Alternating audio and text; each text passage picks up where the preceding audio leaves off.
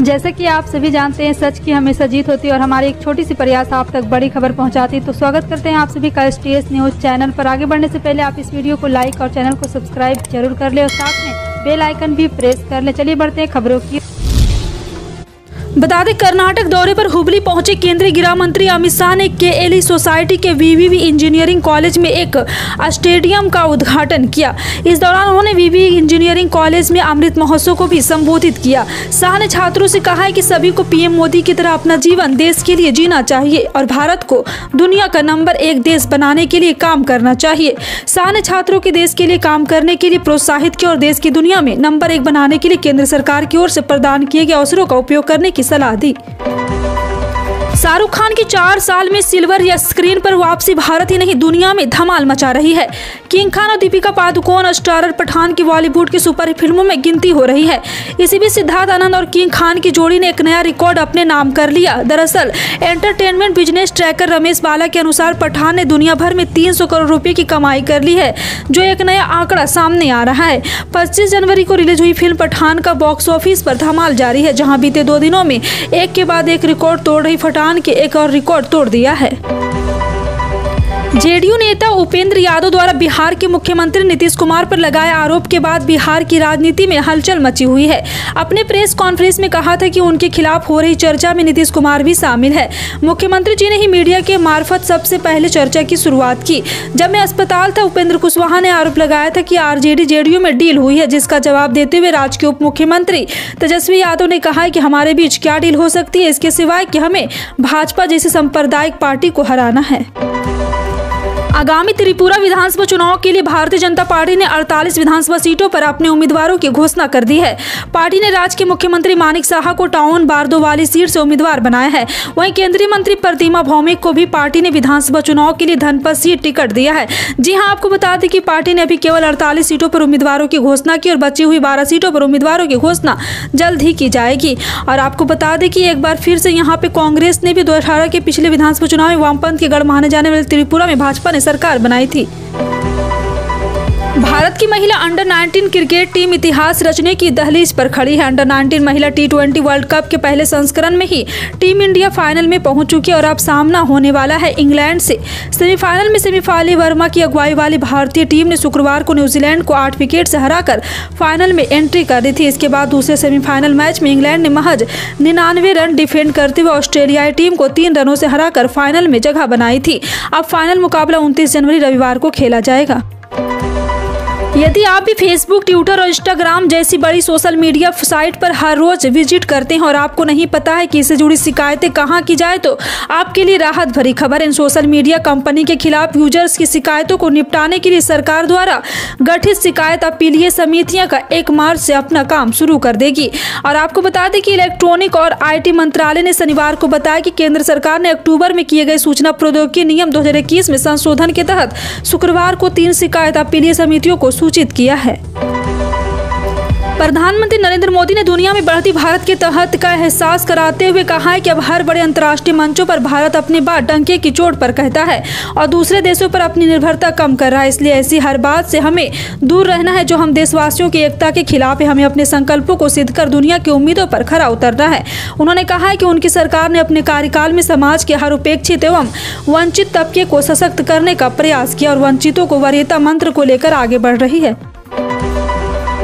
बागेश्वर धाम के महाराज पंडित धीरेन्द्र शास्त्री के खिलाफ श्याम मानव के बयान को लेकर हिंदू संगठनों ने शनिवार को शहर में रैली निकाली और नारेबाजी करते हुए कलेक्ट्रेट पहुंचकर राष्ट्रपति के नाम कलेक्टर को ज्ञापन सौंपा है। संगठनों के सैकड़ों लोगों ने मिशन चौक पर एकत्र होकर हनुमान चालीसा का पाठ किया और उसके बाद नारेबाजी करते हुए रैली के रूप में कलेक्ट्रेट पहुंचे। कलेक्ट्रेट गेट पर नारेबाजी करते हुए कार्यकर्ताओं ने श्याम मानव का पुतला भी दहन किया है।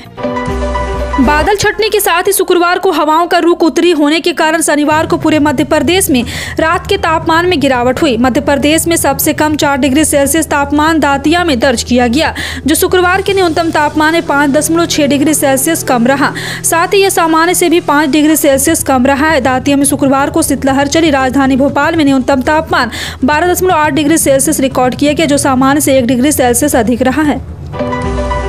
असम के मुख्यमंत्री हेमंत बिस्वा शर्मा ने अपने बयानों के चलते अक्सर सुर्खियों में रहा करते हैं। जी हां, आपको बता दें कि शनिवार को असम के मुख्यमंत्री ने एक सरकारी कार्यक्रम में लड़कियों की मां बनने की सही उम्र बताई है। उन्होंने कहा है कि लड़कियों को सही उम्र में मां बनना चाहिए। इस दौरान शर्मा ने कम उम्र में शादी और मातृत्व को रोकने के लिए अपनी सरकार की प्रतिबद्धता दोहराई है। हेमंत शर्मा की यह टिप्पणी राज्य सरकार द्वारा बाल विवाह और कम उम्र में मातृत्व की जाँच के लिए कड़े कानून लाने और यौन अपराधों से बच्चों के संरक्षण अधिनियम को लागू करने के फैसले के बाद लाई है। भारतीय वायुसेना के 2 लड़ाकू विमान शनिवार सुबह मध्य प्रदेश से मुरैना के पास दुर्घटनाग्रस्त हो गए। एयरफोर्स के 2 लड़ाकू जेट सुखोई 30 और मिराज 2000 के एक प्रशिक्षण मिशन के दौरान दुर्घटनाग्रस्त होने के बाद आपको बता दें एक पायलट की मौत हो गई जबकि 2 घायल हुए हैं। वायुसेना इस बात की जांच कर रही कि क्या विमान के बीच हवा में टकराए थे जिसके कारण यह दुर्घटना हुई। मुरैना के डीएम ने जानकारी दी है कि 2 पायलट को रेस्क्यू किया गया है। इन दोनों पायलट को इलाज के लिए ग्वालियर शिफ्ट किया गया। तीसरे पायलट के शहीद होने की खबर सामने आ रही है। शनिवार 28 जनवरी 2023 को देर भर के अधिकांश शहरों में पेट्रोल डीजल की कीमत में कोई बदलाव देखने को नहीं मिला। देश के 4 बड़े महानगरों में पेट्रोल डीजल की कीमत में 8 महीने से स्थिरता देखी जा रही है। जहां एक तरफ दिल्ली में 1 लीटर पेट्रोल की कीमत 96.72 रुपये, वहीं डीजल की कीमत 89.62 रुपये प्रति लीटर है।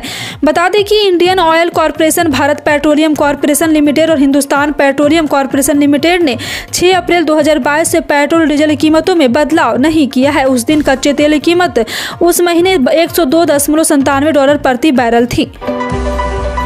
त्रिपुरा विधानसभा चुनाव के लिए शनिवार को भाजपा ने कैंडिडेट की लिस्ट जारी कर दी। पहले चरण में 48 कैंडिडेट के नाम की घोषणा की है। पार्टी ने 6 मौजूदा विधायकों को टिकट नहीं दिया है। भाजपा ने राज्य से पहली बार 11 महिला उम्मीदवार को टिकट दिया है। केंद्रीय मंत्री प्रतिमा भौमिक के भी चुनाव लड़ने का ऐलान किया गया। वह धनपत सीट से प्रतिमा चुनाव लड़ी है। वहीं कांग्रेस ने भी त्रिपुरा चुनाव के लिए 17 सीटों पर कैंडिडेट की लिस्ट जारी की है। पार्टी ने अगरतला से फिर से सुदीप रॉय वर्मन को ही मैदान में उतारा है। सीएम मानिक साहा को टक्कर देने के लिए कांग्रेस ने टाउन बारदोवाली सीट से आशीष कुमार साहा को टिकट दिया है। ग्रामीण क्षेत्रों की महिला उद्यमी बेहद कम संसाधन पर एमएसएमई चलाती है। इस लिहाज से प्रधानमंत्री आवास योजना जैसे टारगेटेड फाइनेंस प्लान यदि महिलाओं के नेतृत्व वाले एमएसएमई के लिए घोषित किया जाए उन्हें काफी मदद मिलेगी। आपको बता दें कि इसके तहत 10 लाख रुपये या इससे ज्यादा के लोन उपलब्ध कराए जा सकते हैं। मुद्रा डेवलपमेंट एंड रिफाइनेंस स्कीम के तहत लोन की सीमा 10 लाख रुपये है। बजट में इसे बढ़ाए जाने की उम्मीद है।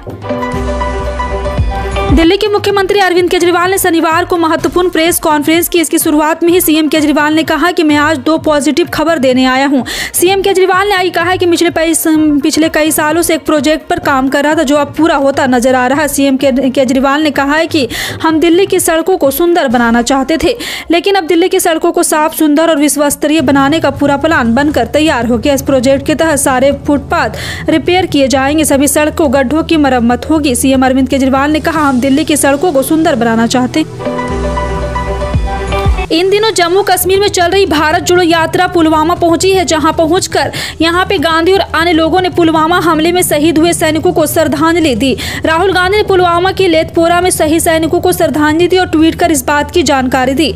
राहुल ने यहां पे पुलवामा पहुंचकर उन शहीदों को याद किया। कांग्रेस नेता राहुल गांधी ने ट्वीट भी किया और कहा कि आज पुलवामा के 40 वीर शहीदों को उनके शहादत स्थल पर अपनी विनम्र श्रद्धांजलि अर्पित की। देश के हर जवान की जान बेशकीमती है, भारत उनकी कुर्बानी को कभी नहीं भूल पाएगा। राष्ट्रवादी कांग्रेस पार्टी के अध्यक्ष शरद पवार ने शनिवार को कहा कि कर्नाटक सत्तारूढ़ बीजेपी के कंट्रोल से बाहर होता जा रहा है और अगले विधानसभा चुनाव के बाद सत्ता परिवर्तन हो सकता है। पवार ने कहा है कि इस बात का स्पष्ट संकेत है कि आगामी राज्य चुनाव के बाद बीजेपी कर्नाटक में सत्ता बरकरार नहीं रखेगी। हम विपक्षी दलों को एकजुट करने और एक संयुक्त मोर्चा बनाने का प्रयास कर रहे हैं, लेकिन सभी राज्यों में अलग अलग स्थानीय मुद्दे हैं जिनसे निपटने की जरूरत है। रविवार को मेट्रो ट्रेन से दिल्ली के कर्नाटक प्लेस जाने वाले लोगों को ध्यान देने की जरूरत है। इस दिन राजीव चौक मेट्रो स्टेशन का एक गेट पूरी तरह बंद रहेगा। इस गेट से ना तो एंट्री हो सकेगी और ना ही मेट्रो, यानी कि यहाँ पे आपको बता दें कि ऐसे में उन्हें अन्य गेट की ओर जाना पड़ेगा। दिल्ली मेट्रो रेल कॉर्पोरेशन की ओर से दी गई जानकारी में कहा गया कि सिविल रिनोवेशन कार्य चलते दिल्ली राजीव चौक मेट्रो स्टेशन के गेट नंबर 4 को पूरी तरह से बंद रखा जाएगा। इस दौरान ना तो इस गेट से मेट्रो यात्री बाहर निकल पाएंगे और ना ही यहाँ से मेट्रो के अंदर जा सकेंगे। इस दौरान यात्री नजदीकी गेट नंबर 3 से या एंट्री करके एग्जिट कर सकेंगे। नागरिकों को संसद में सीएम का पद। जी हां, आपको बता दें कि एक बार फिर से संसद में हंगामा जारी है। याचिका दायर करने और उनके द्वारा उठाए गए मुद्दों पर विचार विमर्श शुरू करने का अधिकार प्रदान करने के लिए एक उचित प्रणाली बनानी चाहिए। इसके लिए केंद्र और अन्य को निर्देश देने की मांग करने वाली याचिका उच्चतम न्यायालय में दायर की गई है। याचिका शुक्रवार को न्यायमूर्ति के.एम. जोसेफ और न्यायमूर्ति बी.वी. नागरत्ना के पीठ के समक्ष सुनवाई के लिए आई है। पीठ ने याचिकाकर्ता करण गर्ग के ओर से पेश वकील रोहन जे अल्वा को कहा है कि याचिका को एक प्रति केंद्र वकील को दें।